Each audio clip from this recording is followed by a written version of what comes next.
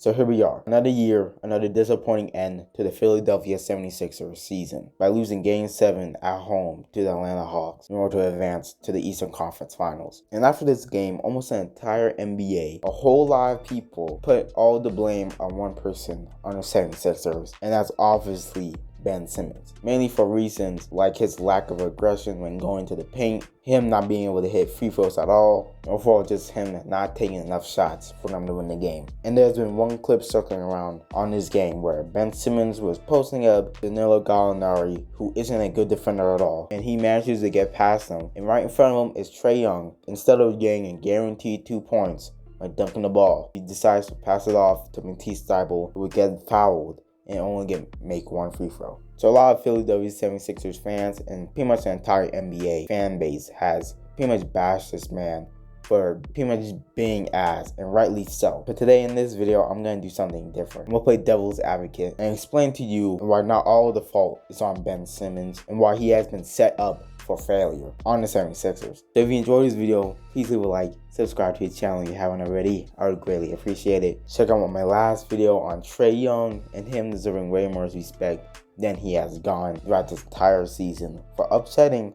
the 76ers and getting to the Eastern Conference Finals. Again, I would greatly appreciate it. And with that being said, let's get right on the topic of this video. So before I get into the reasons why I think not all the blame should be put on Ben Simmons, let me just say this. I'm not trying to defend Ben Simmons and his shitty ass performances throughout this entire series. Here's pretty much all the reason why they lost that game. With that out of the way, let's get right into it. So the main reason that I'm going to be talking about why Ben Simmons was set up for failure and why not all the blame is on him for this series loss is the simple fact that Ben Simmons can't be a fucking point guard in this NBA. Ben is a 6'10", 240-pound guy. Usually, when you're that tall and when you're that heavy, usually those guys are usually power forwards. So I don't understand why he's still being used as a point guard. Well, yes, because of his ball handling and his supposedly playmaking ability, but still, he's better at being a 4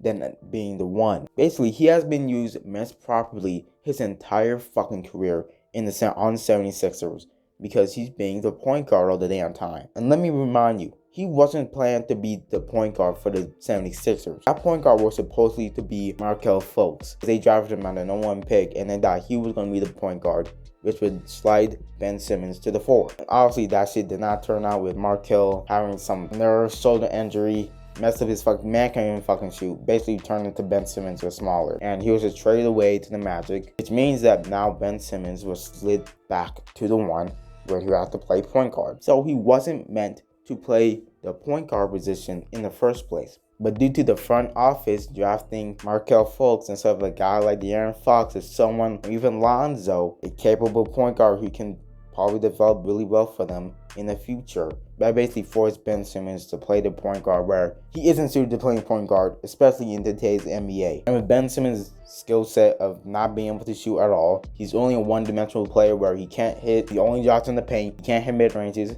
can't hit his free throws, can't hit 3. He's pretty much pre-MVP Giannis running point, and that shit looks absolutely horrible. Matter of fact, there was a point coming into the bubble where Brett Brown, the former head coach for the 76ers, said that he was going to use Ben Simmons as a power forward, and they have been using him as a power forward in practice. Ben Simmons, he approved of it. He said he was all in, and everyone in sports media thought that it was a great idea. Finally the right decision to use him at the 4. But however, y'all know he has injured with some weird ass knee injury. He's out for the remainder of the bubble. They get swept in the first round.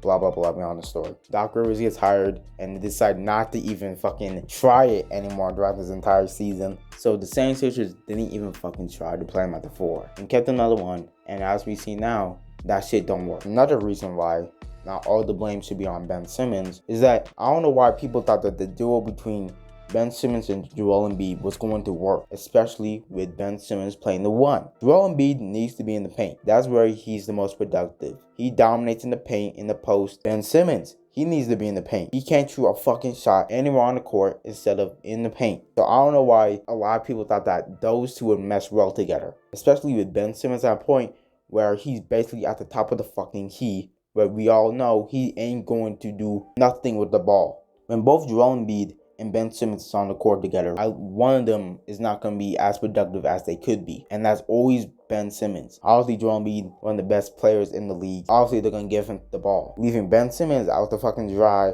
just not being able to do anything. Obviously, not moving. He doesn't know what to do without the ball.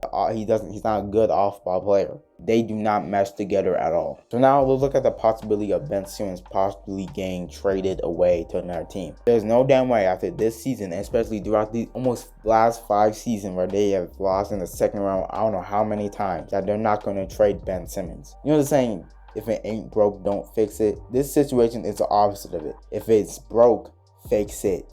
And this needs to be fixed for both sides. The duo between Ben Simmons and Joel Embiid don't work no more. That should have been seen a long time ago. And of course, one of them has to go, and that's obviously Ben Simmons. So let's start to look at some trade scenarios where Ben Simmons could be traded to. First one of mine that everyone's talking about is going to Portland for CJ McCollum. Obviously, for the 76ers side, you get finally get a fucking guard who's able to handle the ball, is able to create a shot of his own, create way more offense, able to create, and overall, I think the 76ers would approve. And obviously, on the Portland side, get Ben Simmons, young guy, finally get some fucking defense that they have missed out for a long ass time. While Damian Lillard, who's obviously the one option, plays off the perimeter, probably one of the best shooters in the NBA. Ben Simmons is able to be in the post where he naturally should be for a guy like his size to thrive in. However, another trade scenario that I personally love is a trade between the Minnesota Timberwolves and the 76ers where D'Angelo Russell goes to the 76ers and Ben Simmons goes to the Minnesota Timberwolves. Like I said, for the 76ers side, I would think they would really approve this one since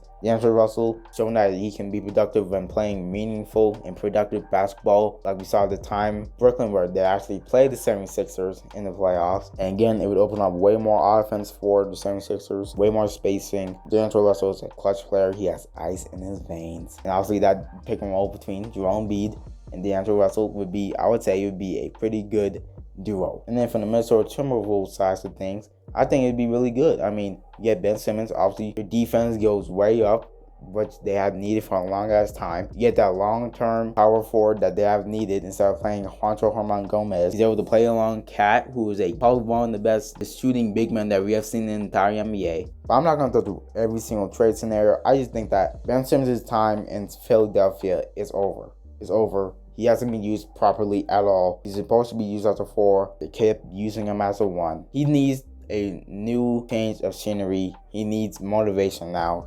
He has some motivation now that the entire NBA sees him as a fucking joke of a player. And Philadelphia 76ers fans now fucking hate him. So that's a pretty good reason to work on his game and be something greater. So that's it. Hope y'all enjoyed this video. Please leave a like and subscribe to the channel if you haven't already. And if you enjoy this type of content, comment on my channel. Comment down below what places do you think Ben Simmons should get traded to. And with that being said, hope you have a good rest of your day. And I'm out. Peace out, y'all.